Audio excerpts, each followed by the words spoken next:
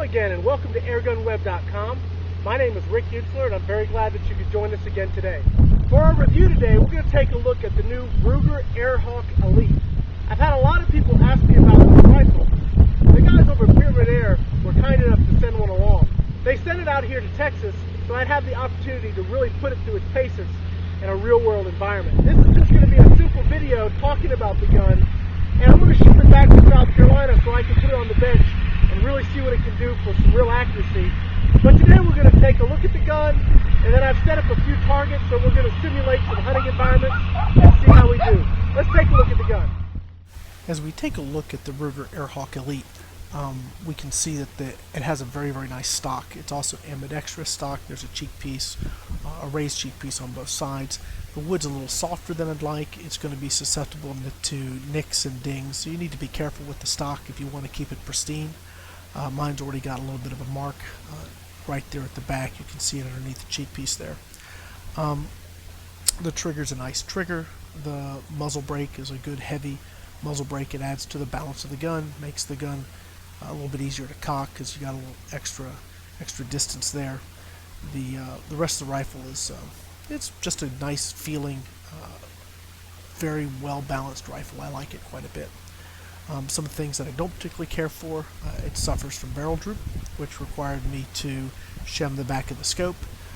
The scope mounts are completely inadequate, and I have really a question for Ruger why they bundled these very light-duty scope rings with a rifle that's got this much recoil.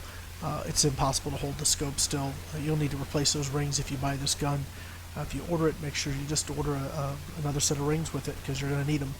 The rest of the gun is just looks very good, shoots very well. Okay, so now that we've had a quick look at the gun, let me show you one of my favorite features. That's it. This gun is extremely easy to cock. Not only is it easy to cock, it's incredibly smooth. When I knew this was coming from Ruger, I expected it to be decent quality. What I wasn't quite sure of was the fact that it came from China, and my experience with Chinese guns are hit and miss. Whoever Ruger has doing their quality control, they deserve a raise. This rifle came through incredibly smooth. It cocks easy, it shoots very well. There's only a couple little things that Ruger overlooked that they need to pay attention to. First thing, these scope rings are completely inadequate for this gun. It needs either a single piece mount or double-sized rings. I've found the scope to creep. I'm constantly having to readjust it, and it's frankly a real pain. The other issue is that the rifle had a little bit of barrel droop. That's a pretty common thing with break barrel rifles, and I had to shim the back of the scope mount a bit. I think that makes the slippage even worse. I do have to adjust it about every 30 to 40 shots, take it back to the bench, and I can already see where the rear mount's starting to wear out. So the first thing I'm going to do when I get to South Carolina, switch these mounts out. Other than that, I'm very, very happy with the rifle. I've set up a few targets. Let's see how I do shooting from the shoulder.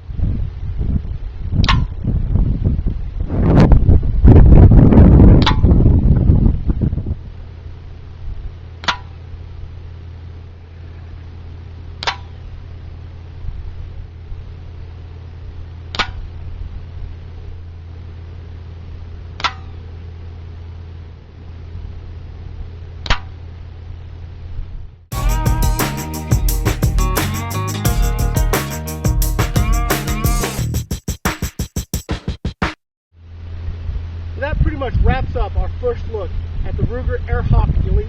Because the mounts are not secure on the scope, and we've got some drastically changing conditions, it makes having any real accuracy pretty tough. At 20 yards, I can hit what I'm aiming at about 19 out of 20 times with pretty decent proficiency. It's not really hard to shoot and hit something at that range. When you're starting to back up to 30 yards, that's when things start to get a little dicey. I noticed today that I had to readjust the scope before starting to shoot the cans, and it was hitting okay at 20 yards, but at 30 yards it had shifted about 3 inches to the left. So once I adjusted it, I started hitting the can at 30 yards pretty reliably, although I noticed it was dropping about 1.5 inches at that range. Again, I did all my shooting today right from the shoulder. I didn't use a rest.